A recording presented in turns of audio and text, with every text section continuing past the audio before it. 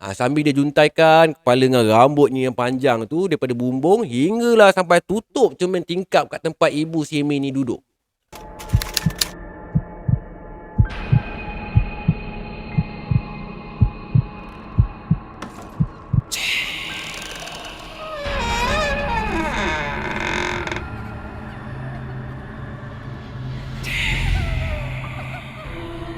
اللهم صل على سيدنا محمد وآله وصحبه وسلم. Bismillahirrahmanirrahim. Allahumma salli ala Sayyidina Muhammad. Assalamualaikum warahmatullahi wabarakatuh. Salam sejahtera, salam satu Malaysia dan salam satu Nusantara. Selamat kembali ke Malam Mistik. Apa khabar korang semua? Nama aku Anas Rahmat, storyteller yang menghantui malam sunyi anda. Alright guys, malam ni aku nak cerita kat korang satu cerita ni yang dikongsikan oleh subscriber aku yang hanya nak dikenali dengan namanya Amy. Katanya ini kisah pengalaman mistik dia masa dia naik kereta dalam perjalanan nak ke negeri Pahang. Lama aku tak dapat kisah atas jalan ni guys. So aku rasa macam berbesar hati jugalah kan tiba-tiba dapat cerita macam ni kan. So aku pun rasa sebenarnya macam dah tak sabar dah nak cerita kisah ni kat korang. Tapi sebelum tu, seperti biasa, belanja aku subscribe dulu channel Anas Rahmat ni. Buat yang mana-mana kawan-kawan yang masih lagi belum subscribe channel Anas Rahmat ni, belanjalah sekali, like tu, share, komen. Alright? So apa tunggu lagi? Let's roll on Malam Mistik. Let's go.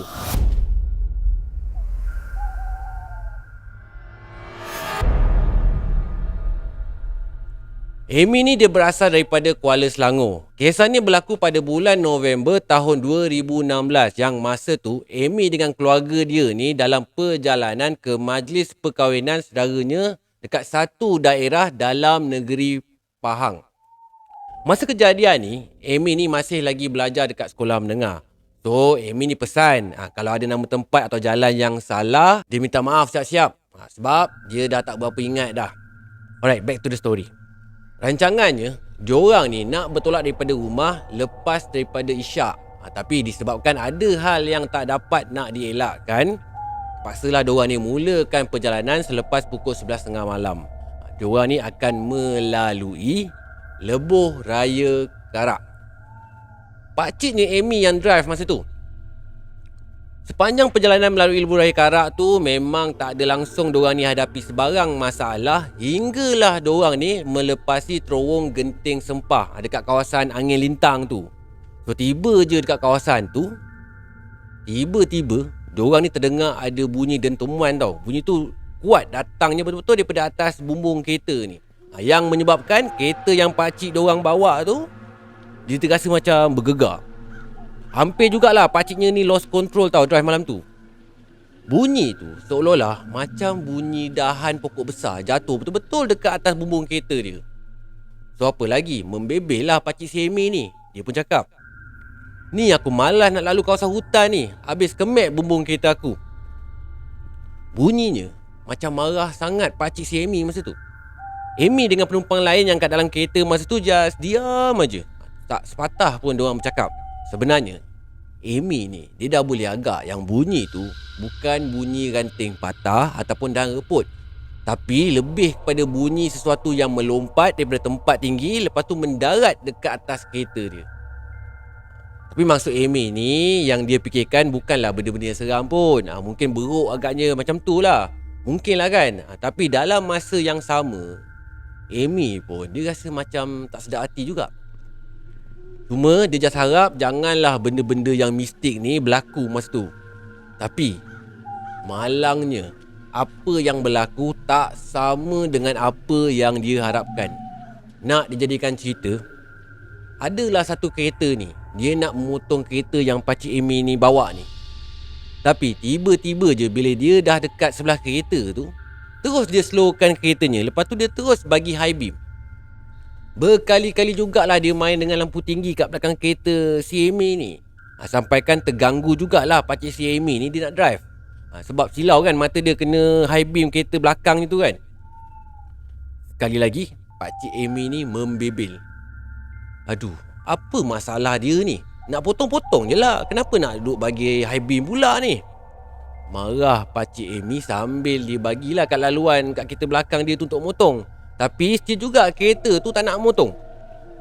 Bila Amy toleh je ke belakang, Amy nampak ada 4-5 kereta lagi berderet je memandu kat belakang kereta Amy naik ni.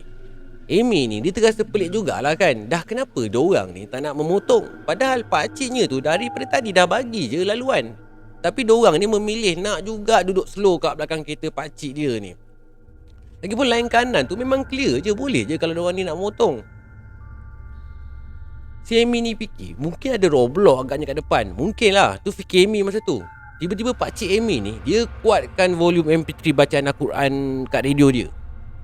Kalau masa awal-awal tadi memang dia dah buka dah MP3 alunan Al-Quran tu, cuma dia buka pelan je. Tapi tiba-tiba dia buka makin kuat pula volume radionya tu. Masa ni si Amy ni dia macam dah boleh agak dah. Memang macam ada sesuatu yang tak kena agaknya, tapi Amy ni just husnuzon je. Hampir 30 minit jugalah perjalanan diorang ni di-escort dengan kereta lain, yang macam tak berani nak motong kereta diorang tu. Dah macam konvoi raya pun je juga.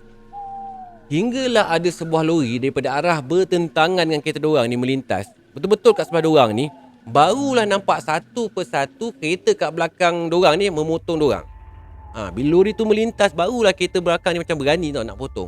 Tapi yang peliknya, tengah diorang memotong tu, bila diorang dah dekat sebelah kereta si Amy ni, sambil diorang bunyikan horn. Masa tu memang si Amy ni tak terfikir pun akan ada gangguan perkara mistik pun. Sebab sepanjang perjalanan diorang tu, diorang ni akan ditemani dengan alunan bacaan ayat suci Al-Quran. Sejak daripada start perjalanan tu lagi, diorang ni dah buka alunan Al-Quran. Sebab tu si Amy ni langsung tak fikir pun dengan benda-benda mistik. Tak mungkin lah kan dia fikir macam tu. Lebih kurang 3:30 pagi macam tu, tinggallah hanya kereta diorang kat atas jalan raya tu. Dah sunyi dah, kereta diorang je sebiji kat situ. Kat dalam kereta pula masa tu, semua penumpang pun dah tidur dah. Yang tak tidur masa tu cuma pakcik Amy dengan isterinya yang duduk dekat depan tu, dengan Amy. 3 orang ni je yang tak tidur. Yang lain semua dah terlelap lah. Sampai kat satu simpang 3 ni, entah kenapa agaknya, dengan tiba-tiba pakcik Amy ni terus berhentikan kereta dia dekat tepi jalan. Lepas tu terus dia toleh ke belakang, menghadap dekat seat belakang, bahagian sebelah kiri sekali. Lepas tu dia jerit, Turun! Tak ada kerja ke kau ni? Hutan punyalah luas, pokok besar punyalah banyak. Kat kereta aku juga kau nak duduk. Dah, kau pergi duduk dekat mana kau suka, asalkan bukan dalam kereta aku, sudah. Jerit pakcik Amy masa tu. Maknya si Amy ni yang masa tengah nyenyak je tidur, terus terbangun. Bangun sebab tersentak dengar pakcik si Amy ni menjerit. Lepas dia terbangun tu, maknya yang tengah mamai-mamai kepala tu langsung tak berlengah. Dia terus buka pintu sebab nak turun daripada kereta. Tindakan maknya si Amy ni dibuatkan pakcik si Amy ni terus jadi hangin. Terus dia cakap, aku bukannya suruh kau yang turun. Tegah pakcik Amy ni pada maknya. Habis tu, kalau bukan aku yang kau suruh turun, kau nak suruh siapa yang turun? Kau pandang kat aku kan? Maknya Amy pula yang mula ni angin dah. Situasi masa tu memang tegang lah senang cakap. Lagipun memang maknya Amy ni yang duduk paling kiri sekali masa tu. Pula tu masa pakcik ni marah, memang mukanya tu betul-betul menghadap muka maknya. Memanglah maknya terasa. Terus pakcik Amy ni sambung lagi. Aku bukan pandang kau, aku pandang benda dekat cermin luar tingkap yang kau sandar tu. Jawab pakcik Amy ni sekali lagi. Maknya Amy ni yang dengarkan apa yang pakcik si Amy ni cakap, terus jadi gelabah. Automatik teruslah dia cuba bergalih tempat duduk yang lain kan. Dah tak pasal-pasal berhempit-hempit dekat seat belakang pula. Tapi makcik si Amy ni yang duduk dekat seat depan tu, dia suruh maknya relax je, tenang je. Dia macam bagi isyarat tau, macam relax, tenang. Tapi boleh faham lah isyarat dia tunjuk tu. Maksudnya isyarat tu macam suruh maknya Amy ni bertenang lah. Tak lama kemudian, lebih kurang 15 minit macam tu, diorang ni pun teruskan semula perjalanan. Pakcik Amy ni dibuat keputusan untuk berhenti dekat mana-mana kawasan surau ataupun masjid yang berdekatan untuk berehat sekejap. Sambil tu dapatlah kan dia lelapkan mata sekejap sementara tunggu waktu solat subuh tu. Lebih kurang pukul 6 pagi macam tu, lepas siap-siap diorang ni solat subuh, kecuali maknya Amy je ni tak dapat solat masa tu sebab dia keuzuran. Diorang pun sambung balik perjalanan menuju ke tempat majlis dara maranya tu. Masa tu jaraknya lebih kurang 30 hingga 40 km je. Masa itulah baru pakcik si Amy ni buka cerita apa yang berlaku sebenarnya sepanjang perjalanan diorang masa tu. Pakcik Amy ni beritahu, dia cakap dia dapat tahu ada benda yang numpang kereta dia tu masa ada satu lori bertentangan kereta dia tu. Lori yang macam ada bagi signal masa tu. Dia cakap disebabkan lori tu lalu kat sebelah dia tu, dia bagi macam signal tau, macam bagi tahu. Barulah dia dapat rasakan yang betul-betul benda tu menumpang kat kereta dia. Tapi masa tu pakcik Amy ni just diamkan aja. Dia tak naklah beritahu dekat diorang semua masa tu kan. Sebab dia sendiri takut nanti orang dalam kereta dia ni jadi panik pula. Lagipun masa tu perjalanan masih lagi jauh. Kena lintas 2-3 daerah lagi sebelum sampai ke destinasi yang diorang ni nak tuju. Sebab tu lah dia tak naklah perjalanan tu jadi seram pula kalau dia bagi tahu nanti kan. Sebab nak tempuh ni jauh lagi kan. Kalau dia bagi tahu dekat orang belakang ada hantu yang tumpang atas kereta, kau fikir apa yang berlaku lepas tu kan. So bila lepas daripada exit Lebuh Raya Karak masa tu, tiba-tiba pakcik si Amy ni terperasan ada satu lembaga hitam duk terapung dekat belakang kereta diorang tu. Tapi tak lama lepas tu lembaga tu terus hilang pula. Bila hampir nak dekat sampai ke simpang tempat diorang berhentikan kereta tu, dengan tak tersengaja pakcik si Amy ni dia ternampak pula makhluk tu dah berada pula dekat atas bumbung kereta dia. Benda tu dia macam meniarap dekat atas bumbung. Sambil dia juntaikan kepala dengan rambutnya yang panjang tu daripada bumbung hinggalah sampai tutup cermin tingkap kat tempat ibu si Amy ni duduk. Sambil makhluk tu meniarap dekat atas bumbung kereta pakcik si Amy ni, sambil makhluk tu duk menjelir je lidahnya, lepas tu duk menjilat-jilat cermin yang kepala dekat ibu Amy ni terlentuk kat situ. Pakcik si Amy ni dia bagi tahu lagi yang dia memang tak berapa nampak dengan jelas pun muka makhluk ni. Tapi apa yang dia nampak dekat bahagian mulut makhluk ni memang banyak lendir yang menjejeh keluar. Tu yang tiba-tiba pakcik si Amy ni dia marah kat simpang 3 tu. Marah yang sampaikan mak si Amy ni yang ingat pakciknya marah kat maknya pula. Sampai halau dia keluar daripada kereta. Rupanya bukan marah kat mak si Amy ni, marahnya dekat benda Allah tu. Lepas daripada pakciknya tu marah-marah, terus makhluk tu gaib. Lebih kurang pukul 7 pagi macam tu, diorang pun selamat sampai kat destinasi yang diorang nak tuju tu. So dapatlah join majlis kahwin tu sampai ke petang. Lebih kurang pukul 3.40 petang macam tu, diorang pun minta diri untuk balik. Sebab diorang ni sebelum nak balik ke Selangor tu, diorang nak singgah dulu kat rumah seorang lagi saudara dia yang tinggal kat Jerantut pula.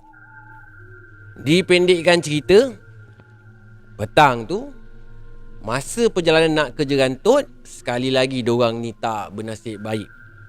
Diorang ni disesatkan pula dengan Waze, hingga kan terpaksa berpusing kat jalan yang sama lebih kurang 4-5 kali.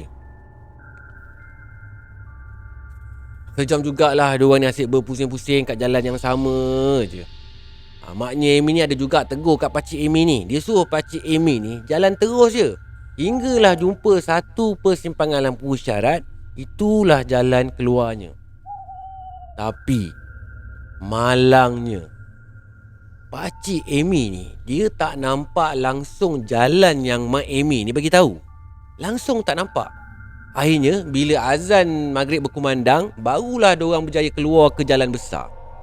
Sebenarnya masa diorang ni tersesat cari jalan keluar tu, ada juga berlaku gangguan kecil pada maknya Amy masa tu. Sebenarnya pada pandangan diorang ni, jalan yang diorang tu lalu hanya dipenuhi dengan pokok-pokok hutan je kat kiri kanan ni. Tapi berbeza pula daripada pandangan mata mak si Amy ni. Daripada sudut pandangan mata maknya pula, dia nampak ada satu kawasan yang di kat tengahnya ni ada satu pokok besar. Tapi pokok besar tu dah mati. Tapi kat sekeliling pokok besar tu pula, memang kawasan itu bersih gila. Tak ada satu helai daun pun yang gugur bersepah. Tak ada rumput yang hidup pun dekat kawasan kat situ. Tengah maknya leka duk perhatikan tempat tu, tiba-tiba dia rasa macam ada satu makhluk tiba-tiba menerpa dia daripada belakang, yang membuatkan maknya si Amy ni jadi gelisah. Lepas tu duk menepis-nepis tangannya ke kiri kanan, seolah-olah macam tengah menghalau sesuatu tau. Tapi syukur Alhamdulillah lah, nasib baik maknya tu dapat kawal diri dia daripada dirasuk dengan makhluk ni. Maknya bagi tahu ada sesuatu yang cuba masuk dalam tubuh maknya ni. Dia nak masuk melalui tengkuk. Hal ni berlaku selepas maknya tu duk puji tempat yang dia nampak tu cantik kat dalam hati dia. Padahal cakap dalam hati je tau. Mujurlah tak ada perkara serius pun yang berlaku dekat maknya hari tu. Cuma dekat lengan kiri maknya tu adalah kesan 5 lebam. 5 lebam kecil tau, macam kesan tapak tangan. Macam kesan cengkaman tapak tangan dekat lengan maknya tu. Akhirnya setelah dah macam-macam hal yang berlaku tu, pakcik si Amy ni dia ambil keputusan untuk telefon saudaranya tu supaya jemput je diorang kat tepi jalan. Lebih kurang 8 suku macam tu, diorang pun sampai kat destinasi yang nak dituju. Lepas daripada isyak, lepas daripada diorang ni pun solat semua tu, diorang ni pun mulakan perjalanan balik menuju ke Selangor. Alhamdulillah, tak ada apa-apa perkara pelik pun yang berlaku semasa perjalanan balik menuju ke Selangor tu. Sejak daripada peristiwa tu, maknya Amy ni dah serik dah nak berjalan jauh kalau waktu malam. Kalau nak jalan jauh, maknya kata lalu siang dia okey. Kalau malam memang mak dia tak nak naik kereta lagi dah. Kisah dalam perjalanan nak ke Pahang. Aku tak pernah lalu jalan-jalan ni, tapi dari apa yang aku dengar daripada cerita Amy ni, jalan ni mungkin seram lah bila waktu malam. Mungkin sunyi lah. Cuma aku nak pesan sikit kat korang yang mana suka mulakan perjalanan di waktu malam. Aku tahu kadang-kadang tu korang tak ada pilihan pun untuk lalu waktu pagi. Korang terpaksa juga lalu malam. Tapi beringatlah, tiap kali kalau korang nak mulakan perjalanan tu, tak kisahlah mulakan pagi ke, mula waktu malam ke, perbanyakkanlah selawat. Semoga urusan perjalanan kita ni dipermudahkan urusannya, insyaAllah. Alright, dah habis dah malam mistik kali ni. Aku harap korang enjoy dengan cerita kali ni. Kalau korang ada cerita atau pengalaman mistik yang korang rasa nak kongsikan dekat aku, korang jangan segan-segan. Just email je dekat aku dekat malammistik@gmail.com. Tak pun korang boleh je send melalui sosial media aku yang aku dah tulis pun dekat bawah ni. So sampai sini je malam mistik kali ni. Hingga kita jumpa lagi di malam mistik yang akan datang. Assalamualaikum warahmatullahi wabarakatuh. Salam sejahtera, salam satu Malaysia dan salam satu Nusantara. Good. Bye. Malam Mistik.